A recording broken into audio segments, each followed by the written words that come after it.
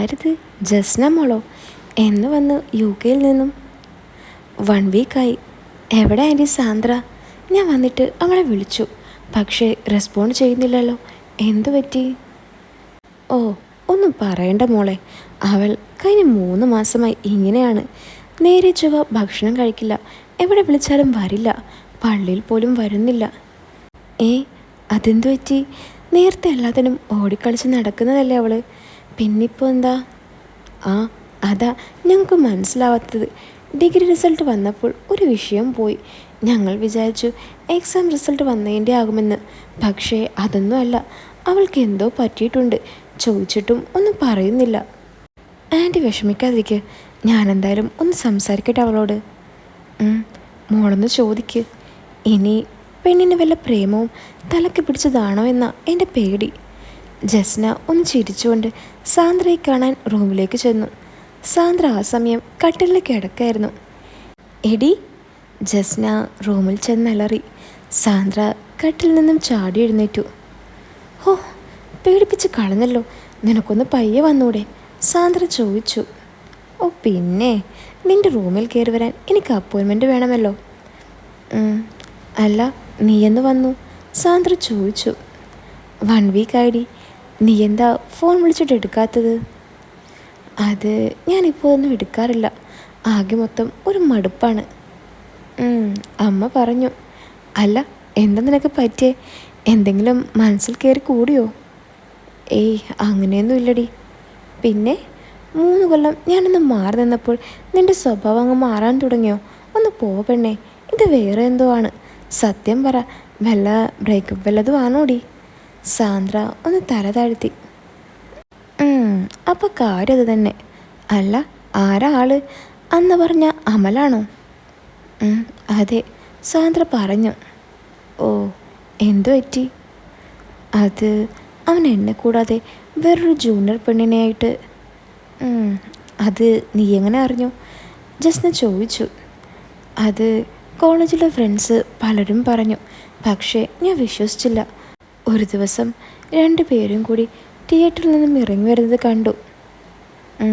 എന്നിട്ട് നീ സംസാരിച്ചു അവനോട്? ആ, ആദ്യം അവൻ ഒഴിഞ്ഞു മാറി.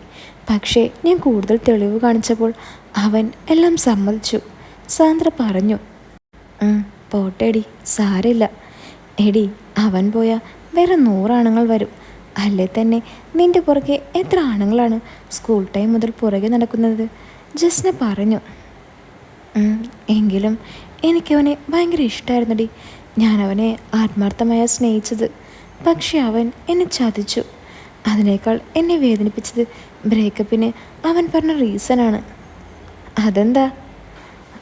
അത് ഞാൻ അവന് ഒന്നും കൊടുക്കുന്നില്ലെന്ന്. അതുകൊണ്ടാണ് അവൻ വേറെ പെണ്ണിനെ തേടി പോയതെന്ന്. എന്ത്? ആടി, അവന് സാറ്റിസ്ഫാക്ഷൻ ഇല്ലെന്ന്. അതുകൊണ്ടാണ് അവൻ വേറെ പെണ്ണിനെ തേടി പോയതെന്ന്. ഓ, അല്ല, ഈ 3 വർഷമായി നിങ്ങൾ കോളേജിൽ പഠിക്കുമ്പോൾ നിങ്ങൾ തമ്മിൽ ഒന്നും ഉണ്ടായിട്ടില്ല? ജസ്ന ചോദിച്ചു. പോടി ഒന്ന്. എടി, ഞാൻ കാര്യമായി ചോദിച്ചതാണ്. നിങ്ങൾ തമ്മിൽ ഒന്നും ഉണ്ടായിട്ടില്ലേ? അത് ഇല്ലടി. കല്യാണം കഴിഞ്ഞ് മതിയെന്നായിരുന്നു എൻ്റെ കണ്ടീഷൻ. ഓ, അടിപൊളി. ചുമ്മാതല്ല, റിലേഷൻ തുടങ്ങി 3 കൊല്ലമായിട്ടും ഒന്നും നടന്നില്ലെന്ന് പറയുമ്പോൾ അവനെയും തെറ്റു പറയാൻ പറ്റില്ല. അവനും ഇല്ലേടി ആഗ്രഹങ്ങളൊക്കെ? എടി, അതൊക്കെ തെറ്റല്ലേ? ഈ കല്യാണത്തിന് മുമ്പ് അങ്ങനെയൊക്കെ? സാന്ദ്ര പറഞ്ഞു. ഓ, നീ ഇങ്ങനെ ദിവ്യഭ്രമം നോക്കി ഇരുന്നോണ്ടാ അവൻ വേറെ വഴിക്ക് പോയത്. അപ്പോൾ നീ എന്താ പറയുന്നേ? എൻ്റെ ഭാഗത്താണ് തെറ്റെന്നാണോ? ആ, കുറച്ച് തെറ്റൊക്കെ ഉണ്ട്. എടി, ഈ പ്രേമത്തിൽ എല്ലാം വേണം. ഇല്ലേ പിന്നെ എന്ത് പ്രേമാടി?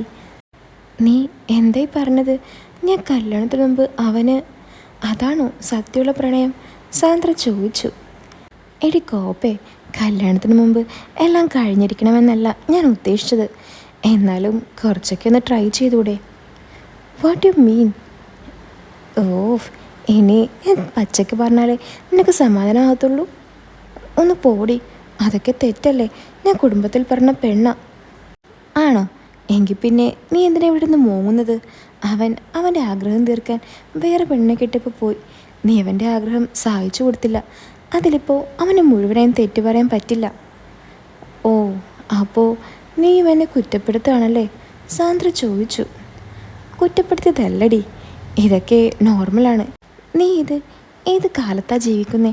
ഇവിടെ ഓരോ ടീം പ്രേമം തുടങ്ങി ഒരാഴ്ച കഴിയുമ്പോൾ തന്നെ ഓരോരോ പരിപാടി ഒപ്പിക്കും. അപ്പോൾ പിന്നെ 3 കൊല്ലമായി ഒന്നും നടന്നിട്ടില്ലെന്ന് പറയുമ്പോൾ സാന്ദ്ര ഒന്നും മിണ്ടാതെ കുറച്ച് സമയം ഇരുന്നു. എടി പോട്ടെ, ഇനിയിപ്പോൾ അതൊന്നും ആലോചിക്കണ്ട. നീ അടുത്ത പരിപാടി പിടിക്ക്. ഇങ്ങനെ റൂമിൽ തന്നെ ഇരുന്നാൽ എങ്ങനെയാ? എന്നാലും എൻ്റെ മനസ്സ് നേരെ നിൽക്കുന്നില്ലടി. ഈ ആണുങ്ങളൊക്കെ പ്രേമിക്കുന്നത് ഇതുപോലുള്ള ഉദ്ദേശം വെച്ചാണോ? ഷേ, സാന്ദ്ര പറഞ്ഞു. ഒന്ന് പോടി, നീ എന്താ ഇങ്ങനെ? എടി, ഇതൊക്കെ ഒരു എക്സ്പ്രഷൻ ഓഫ് ലവ് ആണ്. അതിൽ തെറ്റ് പറയാനൊന്നുമില്ല. പിന്നെ അതൊക്കെ തെറ്റാണെന്ന് നിന്നോട് ആരാ പറഞ്ഞേ? എടി, അതൊക്കെ തെറ്റാണെന്ന് എത്രയോ പേര് എടുത്തു പറയുന്നുണ്ട്. ഓ, നീ അതും കെട്ടിപ്പിടിച്ചിരുന്നോ? അങ്ങനെ തെറ്റാണെങ്കിൽ നീ എങ്ങനെ ഉണ്ടായി? അത് കല്യാണം കഴിഞ്ഞിട്ടല്ലേ? കല്യാണം കഴിഞ്ഞെന്നും പറഞ്ഞ് കുട്ടി ഉണ്ടാകില്ലല്ലോ. ആ, എന്നാലും ഓഫ്, നീ ഒന്ന് പോയേ. നിന്നെ പറഞ്ഞിട്ട് ഒരു കാര്യമില്ല. പോയി വല്ല വീഡിയോ ഒക്കെ കാണ്. അത് കാണാതെ തന്നെ കുറവാണ് നിനക്ക്. കുറച്ച് സൗന്ദര്യം മാത്രം ഉണ്ടായിട്ട് കാര്യമില്ല, കുറച്ചൊക്കെ വിചാരമൊക്കെ വേണം. സാന്ദ്ര ഒന്നും മിണ്ടാതെ ഇരുന്നു. കുറച്ച് കഴിഞ്ഞ് ആ ടോപ്പിക്ക് മാറ്റി. ജസ്നയുടെ UK ജീവിതവും പഴയ സ്കൂൾ കാലഘട്ടവും ഒക്കെ അവർ സംസാരിച്ചിരുന്നു. ഡിപ്രഷൻ അടിച്ചിരുന്ന സാന്ദ്രയ്ക്ക് തൻ്റെ കൂട്ടുകാരി വന്നത് വലിയൊരു ആശ്വാസമായിരുന്നു. ജസ്ന വൈകിട്ടായപ്പോൾ തിരിച്ചുപോയി. അയ്യോ സോറി, ഞാൻ പരിചയപ്പെടുത്തിയില്ല. സാന്ദ്ര കുര്യൻ, 21 വയസ്സ്, നമ്മുടെ കഥയിലെ നായിക. ചങ്ങനാശ്ശേരിയാണ് സ്ഥലം. ആളൊരു ടിപ്പിക്കൽ ഓർത്തഡോക്സ് കുടുംബത്തിലെ കുട്ടിയാണ്. അച്ഛനും അമ്മയും മൂത്ത ചേട്ടനും ഉണ്ട്. പഠിക്കാനും പള്ളിക്കാര്യത്തിലൊക്കെ പക്ക. നാട്ടിൽ ഇത്രയും സൽപ്പേരുള്ള പെണ്ണില്ല. അതിന് കാരണവുമുണ്ട്. നമ്മുടെ കുര്യൻ നാട്ടിലെ നല്ലൊരു അച്ചായനാണ്. തടിമില്ലും രാഷ്ട്രീയവും പള്ളിപ്രമാണിയും ഒക്കെയാണ്. അതുകൊണ്ട് തന്നെ നാട്ടുകാർക്ക് ഇഷ്ടപ്പെടുന്ന രീതിയിൽ അച്ചടക്കമുള്ളതായി അവളെ വളർത്തി. പിന്നെ പെണ്ണിനെക്കുറിച്ച് പറഞ്ഞാൽ ഏതാണും മോഹിച്ചു പോകുന്ന സൗന്ദര്യമാണുള്ളത്. കൂടുതൽ ഞാൻ വർണ്ണിക്കുന്നില്ല. നിങ്ങളുടെ ഇഷ്ടത്തിന് സങ്കല്പിച്ചോളൂ. 10ൽ പഠിക്കുമ്പോൾ മുതൽ ആണുങ്ങളുടെ മനസ്സിൽ സ്വപ്ന സുന്ദരിയായിരുന്നു സാന്ദ്ര. എത്ര പ്രൊപ്പോസലാണ് വന്നത്. പക്ഷേ വീട്ടിലെ അച്ഛൻ്റെ അമ്മയുടെയും വളർത്തുഗുണം കൊണ്ട് എല്ലാം അവൾ വേണ്ടെന്ന് വെച്ചു. കോളേജിലും അങ്ങനെ തന്നെ. ചെന്ന നാൾ മുതൽ സീനിയേഴ്സ് എല്ലാവരും പുറകെ നടക്കും. പക്ഷേ ആരെയും നമ്മുടെ സാന്ദ്ര മൈൻഡ് ചെയ്യില്ല. പക്ഷേ കൂടെ പഠിച്ച അമലെന്ന പയ്യനായി കോളേജ് തുടങ്ങിയ ആദ്യ സെമസ്റ്റർ കഴിഞ്ഞപ്പോൾ തന്നെ അവൾ പ്രണയത്തിലായി. വീട്ടിൽ ആരെയും അറിയിക്കാതെ 3 കൊല്ലം അവരത് കൊണ്ടു നടന്നു. ജസ്നയെ സംസാരിക്കുന്നത് കണ്ടപ്പോൾ നിങ്ങൾക്ക് മനസ്സിലായി കാണുമല്ലോ, നമ്മുടെ നായികയുടെ ജീവിതത്തിൽ ഇതുവരെ ഒന്നും നടന്നിട്ടില്ല.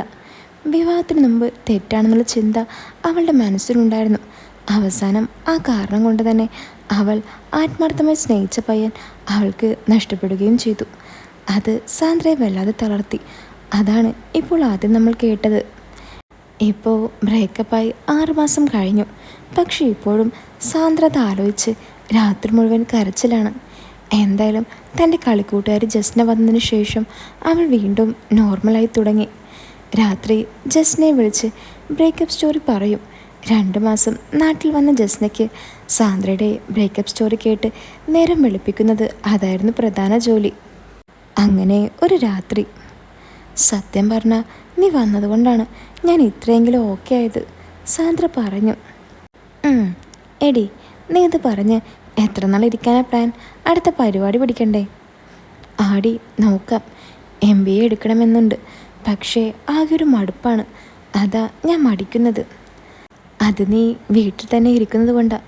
പഠിക്കാൻ പോയി പുതിയ അറ്റ്മോസ്ഫിയറൊക്കെ ആകുമ്പോൾ പിന്നെ നിനക്ക് ഈ ബ്രേക്കപ്പ് ആലോചിച്ചിരിക്കാൻ ടൈമൊന്നും കിട്ടില്ല. അതും ശരിയാ. പക്ഷെ ഇവിടെ കോളേജിൽ ചേരാനുള്ള സമയം കഴിഞ്ഞില്ലേ? ഇനിയൊരു കൊല്ലം കാത്തിരിക്കണം. അന്ന് പപ്പ പറഞ്ഞതാ പഠിക്കാൻ. ഞാനാ പറഞ്ഞത് ഒരു ഗ്യാപ്പ് എടുത്തിട്ട് പഠിക്കാമെന്ന്. അല്ലടി, നീ UK വരുന്നോ? ജസ്ന ചോദിച്ചു. പോടി, അതിനൊക്കെ ഒരുപാട് ക്യാഷ് ആകില്ലേ? പിന്നെ എൻ്റെ അപ്പൻ്റെ കയ്യിലാണോ ക്യാഷ് ഇല്ലാത്തത്? അതുമല്ലെങ്കിൽ ലോൺ എടുക്ക്. എനിക്ക് ക്യാഷ് ഉണ്ടായിട്ടല്ലല്ലോ ഞാൻ UK വന്നത്. ആണ്, പക്ഷേ ഒരുപാട് ക്യാഷ് ആകില്ലടി. എടി, ഇവിടെ വന്നാൽ പണിയെടുത്താൽ അതൊക്കെ തീർക്കാൻ പറ്റും. പിന്നെ നിനക്ക് അവിടെ കിട്ടുന്ന പോലെ സുഖജീവിതമൊന്നും കിട്ടില്ല. നല്ല പോലെ കഷ്ടപ്പെടണം. ജോലി ചെയ്യാനൊന്നും എനിക്ക് മടിയില്ലടി. ആ, എങ്കിൽ ആ പരിപാടി ഒന്ന് നോക്ക്. ഞാൻ വേണമെങ്കിൽ വീട്ടിൽ വന്ന് സംസാരിക്കാം. എത്ര സുഖസൗകര്യമുണ്ടെന്ന് പറഞ്ഞാലും നിൻ്റെ വീടല്ലേ. അത് സത്യത്തിൽ പൊന്നുകൊണ്ടുണ്ടാക്കിയ ഒരു കിളിക്കൂടാണ്. നീ ആ വീട്ടിൽ നിന്ന് മാറി നിൽക്കുമ്പോൾ അത് മനസ്സിലാകും. ആടി, നിൻ്റെ വീട്ടുകാരെ വെച്ച് നോക്കുമ്പോൾ എൻ്റെ പാരൻസ് സ്ട്രിക്റ്റാണ്. പക്ഷേ അതെന്നോടുള്ള സ്നേഹക്കൂടുതൽ കൊണ്ടല്ലേ. പിന്നെ സ്നേഹം കാണിക്കുന്നത് അവരുടെ ഇഷ്ടത്തിന് മാത്രം ജീവിക്കുന്നതിലല്ല. എന്തായാലും നീ അവിടെ നിന്നാൽ വീണ്ടും ഓരോന്നൊക്കെ ആലോചിച്ചിരിക്കത്തേ ഉള്ളൂ. എന്തായാലും നീ ഇവിടേക്ക് വരാനുള്ള കാര്യം ചെയ്. ഞാൻ നാളെ വീട്ടിലേക്ക് വരാം. ആടി, ശരി, എന്നാൽ ഞാൻ വെക്കുക. അന്നത്തെ രാത്രി സാന്ദ്ര ജസ്റ്റിനെ പറഞ്ഞതിനെ പറ്റി കുറേ ആലോചിച്ചു.